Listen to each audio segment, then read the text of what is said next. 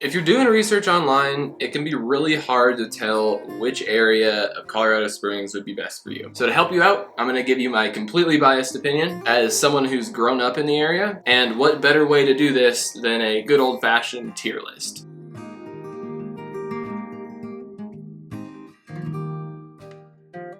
What's up guys, my name is Ben, and in this channel we make videos about what it's like to live and move to the Colorado Springs area. Also, we are a team of realtors and would love to earn your business, so if you are getting some value out of these videos, we'd love to help. Go ahead and give us a call or a text. So when I was thinking about making this video, I spent some time really considering how I could make it valuable, and my initial thought was just a pure list of my favorite areas in my opinion, but it's not super helpful just because I have unique likes and dislikes, and it wouldn't necessarily be helpful for your particular situation. So I wanted to make this list on the best areas to move to in Colorado Springs if you have a family, but also kind of mixing in some of my personal thoughts in there as well. And this is going to be the whole of the Colorado Springs metro area, so that's going to include some places that are not technically Colorado Springs but are nearby. That could definitely be an option to move to if you're considering the area. So without any more yapping, let's get into it. Alright, so first area we've got is Palmer Lake. Palmer Lake is going to be this northern area here, just north of Colorado Springs, northwest of Monument. So kind of like the name infers, Palmer Lake does have a small little lake here that you can see. Palmer Lake has a super small little downtown, and a bunch of urban kind of houses over in this section. But overall, Palmer Lake just has a really unique kind of mountain town feel, and it really does feel a little bit like a small town. A good thing with Palmer Lake too, you are in D38, which is one of the best school districts in the area. And houses are expensive over here, but they're not like crazy expensive. So I'd say for someone considering moving here, honestly, and just, I'm super biased again, I love this area. This is one of my favorite spots. I'm gonna give Palmer Lake an A tier. Only real con I could think of is A, maybe the cost, and B, the fact if you're wanting to be kind of closer to like downtown, you know, that would be a con, but overall, I think Palmer Lake is a very solid option, so I'm gonna give that an A. Palmer Park. So Palmer Park is going to be kind of this midsection just south of Briargate, and it's not really an area, but there's not a good way to classify this section between like Briargate and like East Colorado Springs here. So I kind of have this whole chunk as like Palmer Park, and Palmer Park's unique just because it does have a lot of trails being close to Palmer Park. And the houses over here in general are going to be a little bit smaller, a little bit older, and you can find some good deals. Recently had some friends, Kirst and Jake, who moved to the Palmer Park area, who found something for under $400,000 that kind of fit their needs. So kind of gives you an idea on buying a house in this area. But in general, I think Palmer Park, with the school district being D11, isn't quite one of the best school districts. So because of that, I'm going to give this area a C. So the biggest con really here is going to be the school district. Alright, so next you've got Security-Widefield. Security-Widefield is going to be just southeast of Colorado Springs here. And Security-Widefield, I mean, one of the pros, you are close to the Fort Carson Army base if one of your family members is working there, so it'd be a short commute. But in general, if you just look up like crime statistics, this area is just going to have a little bit more crime. So I'd say that mixed with school district wise. So Security-Widefield is going to be District 3, which is kind of towards the lower end of the spectrum in terms of the best schools in the area. Now you can buy more affordable houses over here, but major cons are going to be just slightly higher crime and the school district. So for that, I'm going to go ahead and give Security-Widefield a D. I think that's probably pretty accurate. Tempted to give it an F almost, but I mean, you can buy some relatively affordable houses over here, so I guess that's kind of a saving grace. Next you got Northgate. So Northgate is going to be just north of Briargate, and it's kind of just more so like a census designated area. That's a mouthful to say, but It's going to be just south of Gleneagle here, kind of in this chunk between Powers and I-25. And Northgate, they have a ton of new development. There's some residential development, but mostly it's going to be like commercial development with new buildings and shops and stores. So they're building like the new Ford Amphitheater over here. And this area is going to be in D20, so one of the better school districts that's super sought after. It is going to be a little bit pricier, but not as pricey as some places like Monument and Gleneagle. So I'm going to give Northgate, all considering with all the new development, I'm actually going to give it an S tier. I think for people who can afford it, who want quick access to things, good school districts, I think Northgate is definitely one of the better options. I wish there was like an SA tier because I feel like it's more like right here, but I'm gonna give it an S tier all considering. All right, next off, one of my favorites personally is Manitou Springs. So Manitou is gonna be located just west of downtown and Old Colorado City, right here. So if you travel down Highway 24, you'll hit Manitou, and Manitou is a super quirky little town. There's going to be basically every house just being built on the side of the mountain. There is a little downtown area that kind of spans this whole main road, and personally love just spending evenings or afternoons there with my wife. But for families, there's a couple cons to this area. The houses in general are just going to be a little bit older, and you're up on the side of the mountain on a lot of portions where traveling anywhere can be a bit difficult with the snow in the winter especially. School district wise, Manitou's kind of mid-tier, better than like D11 and D3 and D2. So Manitou overall just has, you know, decent schools. So with all of that being said, I think Manitou, honestly, I'm going to put it as a B tier. I feel like it's a solid option. It is a quirky town. You do have some odd eccentric things going on sometimes, so could be maybe a C in some people's mind, but personally I just think it's a really cute area, so I'm gonna give it a B. All right, next you got Nob Hill. Nob Hill is going to be located pretty much directly east from Colorado Springs. Nob Hill, similar to Palmer Park, where there's going to be a lot of like smaller, older houses over here. And when I say old, it feels like most of these houses are more so like 60s to 80s houses. You do have a bit more crime over here as well. Again, just purely looking at like crime statistics, not just like my relative thought on it. And because of that and the school district being D11, I'm going to give Nob Hill a D. I think they're just better options. You can find some relatively affordable houses, but yeah, I think for most people this is going to be more of a D tier. Alright, another one of my favorite areas, you got Old Colorado City.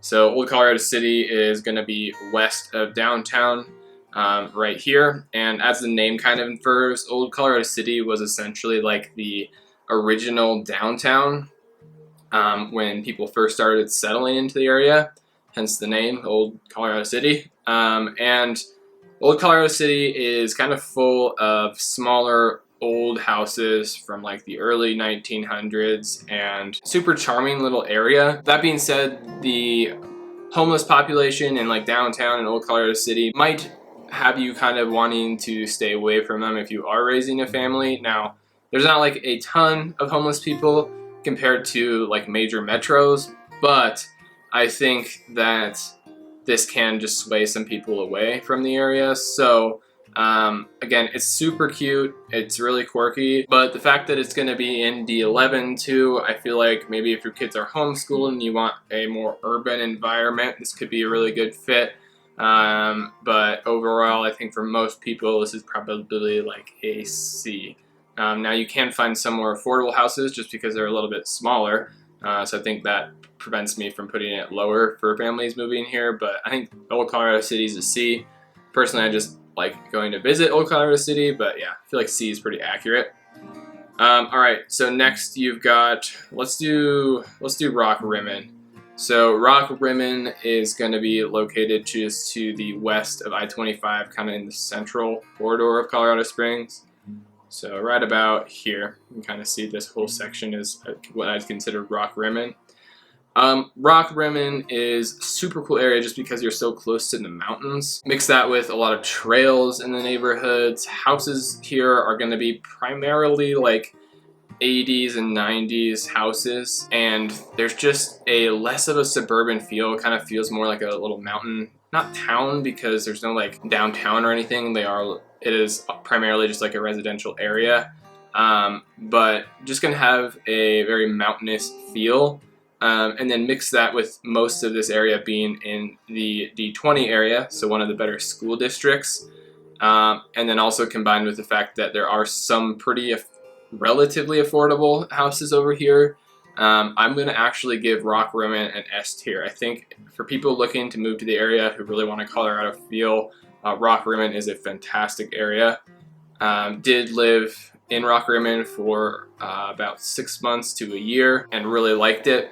Only reason that we moved is because we went to Florida for a couple of years, but then moved back in October.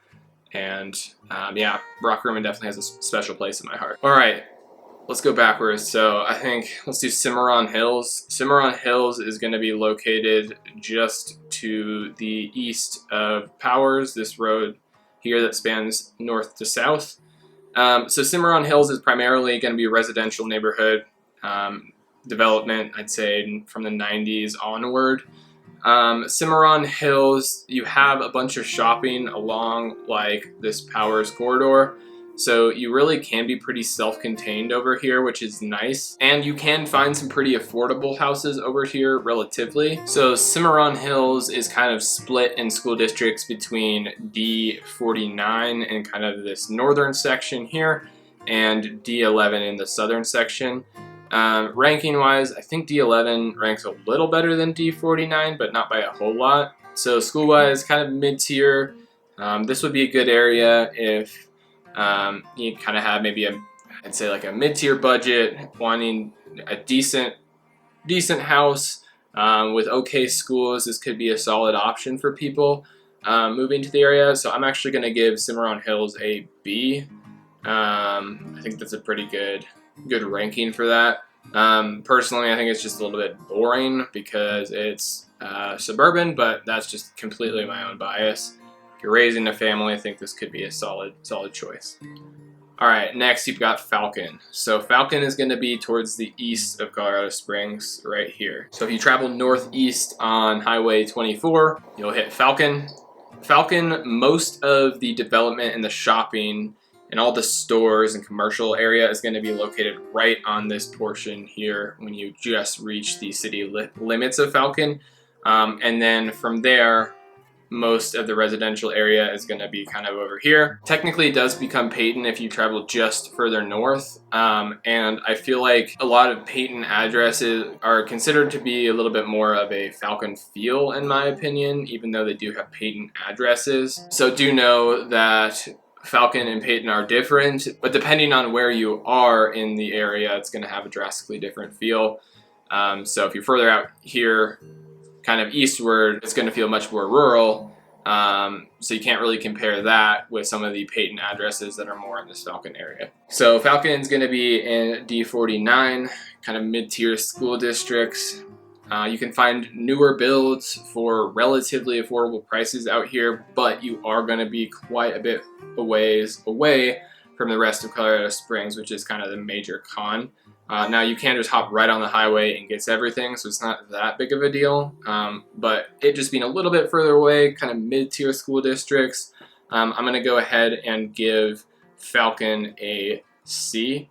Actually, I'm going to give it a B. I think just because there is so much development in this area, maybe in the long term, this could be just a good investment. So I'm going to put it in a B. All right, next off, you got, I feel like one of the most popular areas, which is Briargate, which is going to be just in the central portion of Colorado Springs. So it's going to be right here. My wife and I currently live in Briargate, and it pretty much is just very suburban. But you are in D20 as long as you stay just north of Woodmoor Road. You're going to be in that better school district. So most of the houses over here are going to be kind of like 70s, 80s into early 2000s homes. You have like a lot of like tri-level homes with interesting floor plans over here. But yeah, gonna be primarily suburban and mix that with the good school districts and just being so centrally located within the whole of the Colorado Springs metro. I'm gonna go ahead and give Briargate an A for people looking to move here. All right, Black Forest. So Black Forest is going to be in kind of the northeast section of Colorado Springs right here. And Black Forest is unique because most of the houses are going to be kind of custom one-off houses. You don't have as many like neighborhoods out here, but it's unique because you can kind of see the general layout of the land. It's a giant chunk of forested land versus the rest of this eastern section is going to be more plains. So because of that, it definitely attracts people wanting to kind of build, you know, more one-off houses. So you have bigger, more expensive options out here. All right, so Black Forest is a pretty big area and kind of covers multiple different school districts. So depending on where you live, you know, is going to affect these things. So if you live further up north in the Black Forest area, you're going to be in D38. If you live further south, you'll be in D20. And then if you live further east, you'll be in D49. So that's something to keep in mind. But because most of these houses are going to be out of people's price range and a little bit more rural and a little bit further away from things, I'm going to go ahead and give Black Forest a C. I think that's probably the most accurate position for it. I don't know why I have 2 Palmer Parks on here, but I guess I do. I think it's because I actually forgot Peyton, so this can be a placeholder for Peyton when we get to it. But okay, so now you got Gleneagle. Gleneagle, I feel like always ranks as like the #1 area when you look on like different lists, and I feel like that's pretty warranted. It's gonna be in between Northgate and Monument here. It's really just this kind of chunk between Baptist Road and Northgate Boulevard. So Gleneagle is pretty much just like a country club neighborhood that they built, and now it's essentially a census designated place. So Gleneagle is going to be in District 20, so better school district. You have more expensive houses over here, but a lot of people like just living further up north to be a little bit closer to the mountains. You got the view of the Air Force Academy just right across the street. My grandparents actually live in Gleneagle, and they've loved it the entire time they've been there. So I think Gleneagle, because it's in a good school district, you can find some houses that won't necessarily completely break the bank. I'm going to give Gleneagle an A tier. In my opinion, I still think there are better options, and it's maybe not 100% for everyone, so I'm going to give this one an A. So next, you got a unique one with the Old North End. The Old North End, I was debating on whether to keep this one in here. It's a really small area just north of downtown Colorado Springs, but it has a super unique feel because all of the houses are pretty much early 1900s Victorian houses, and they're usually pretty large and pretty unique. So this area, I feel like, attracts people who want kind of that older, more historic house where you can be closer to downtown. However, school district, again, is going to be D11. So maybe your kids are phasing out of school and school is not going to be a big issue, but you want kind of that more urban feel with a really unique house. This Old North End area is probably worth considering. That being said, all these houses, because they're really unique, are going to be a little bit pricier. So I'd say because of that, I'm going to go ahead and give the Old North End a C. I think it's going to be primarily out of your list of options if you are family moving here. Now, not everyone, but I think for the majority of people it will be. All right, next off you got Monument. So Monument is where I actually grew up. Monument's going to be just to the north of Gleneagle in the northernmost kind of portion of Colorado Springs. So Monument is anything north of Baptist Road here is kind of the cutoff line for Monument. And Monument has a little tiny downtown just to the west of I-25 here. And then everything kind of east is going to be primarily residential neighborhoods. So Monument, you're going to be in D38, which is one of the best school districts, and mix that with, again, just being closer to the mountains here, I feel like does attract quite a few people. Overall crime stats too in this area are going to be a bit lower. So I think with those factors, it does kind of set you up for success to raise a family here. So only real con is it is going to be a bit pricier. So because of the price, I'm going to go ahead and give Monuments an A tier over an S tier. Really, that's the only main con.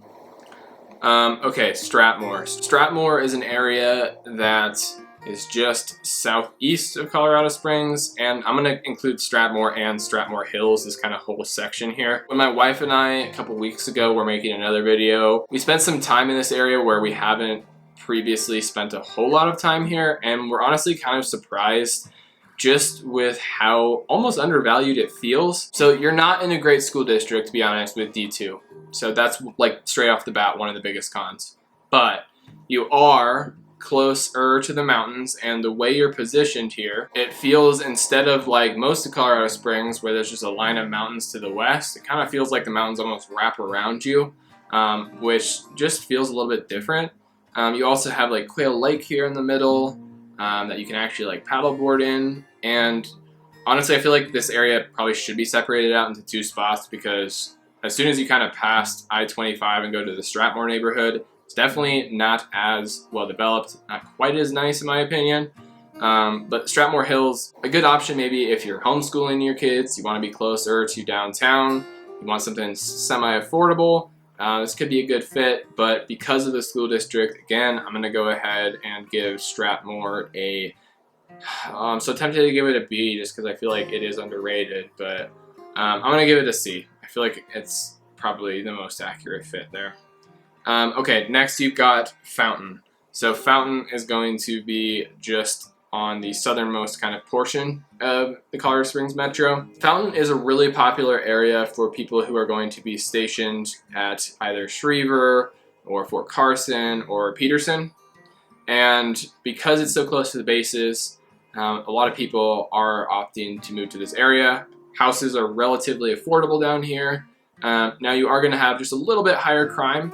However, it's not quite as high as like Security-Widefield. So I think people are starting to kind of pick the Fountain area over Security-Widefield and kind of this southeast portion of Colorado Springs. So Fountain's going to be in D8, which is not the best school district. However, again, major pro to this area is just going to be the cost and the proximity to the bases. But it's not for everyone. So because of that, and because of how far south it is, I'm going to go ahead and give Fountain a, I'm going to give it, I feel like giving it between a C and a D. I'm going to give it a D just because most people, I think, are probably going to be looking elsewhere. I think for some people, especially if you're military, Fountain can be a good area to check out. But for most people, most families, probably not going to be exactly where you want to be. Okay, so this one I kind of made a mistake. I accidentally put this as Palmer Park twice. This one is going to be a placeholder for Peyton. So Peyton, like I kind of mentioned, is just further east than Falcon. Now, it's hard to differentiate because as soon as you kind of go over here, you have pockets that are considered more so Peyton, even though they feel more like Falcon. So I'm going to just say, for the sake of this video, anything further out east is going to be considered Peyton. Peyton is very rural. It's going to feel like you're a little bit further out. Now, the con of that is it's going to take quite a bit of time to travel to get groceries and whatnot because you really don't have much out here. The closest grocery store is going to be probably like King Soopers or Walmart in the city of Falcon. So because of that, I think it's going to detract quite a few people away from it. However, if you're looking for land, maybe like a horse property or have a ranch or something where you can really build out what you want to, this can be a fantastic spot. School-wise, you're going to be in D23, which is not one of the better school districts. So again, this one's going to be unique for some people where I think it could be a really good fit. But for the majority of people and families moving here, I think they're probably going to opt for Falcon or a house that has a Peyton address that's really mainly just Falcon. So because of that, I'm going to go ahead and give Peyton a D. I think the city's going to have to grow quite a bit before it maybe becomes a better option. And then last, you've got Woodmoor. So Woodmoor is just east of Monument. right here. And I was considering almost keeping Woodmoor and Monument as one because they do kind of feel like it. However, Woodmoor, it's more of a forested area over here with neighborhoods, unlike Black Forest, that are mainly kind of one-off houses. So you have some like nice privacy over in the Woodmoor area. You're in D38, which is one of the better school districts. Again, it's gonna be a little bit more expensive over here too, though. So I think that's one of the bigger cons. You have Woodmoor Lake and the Tri-Lakes area here with Monument Lake, Woodmoor Lake, and Palmer Lake. So this whole kind of Tri-Lakes area kind of feels the same, but I think Woodmoor should be separate just because it's more forested, feels a little bit different. And if you can get over the hurdle of pricing, I think this one's a better option than Black Forest for a lot of people. So because of that, I'm going to give Woodmoor a B. I think if you can afford it, it's a good option. But for most people, they'll probably be looking elsewhere. Yeah, I think good mid-tier here. So that kind of does it on, a good map tour of ranking different areas within Colorado Springs. Again, I'm super biased. This has a lot of my own thoughts in it, but curious to hear your thoughts in the comments. Let us know where you're kind of gravitating towards and where you're thinking. And as always, if you've made it this far in the video, go ahead and subscribe, and we'll see you guys next time.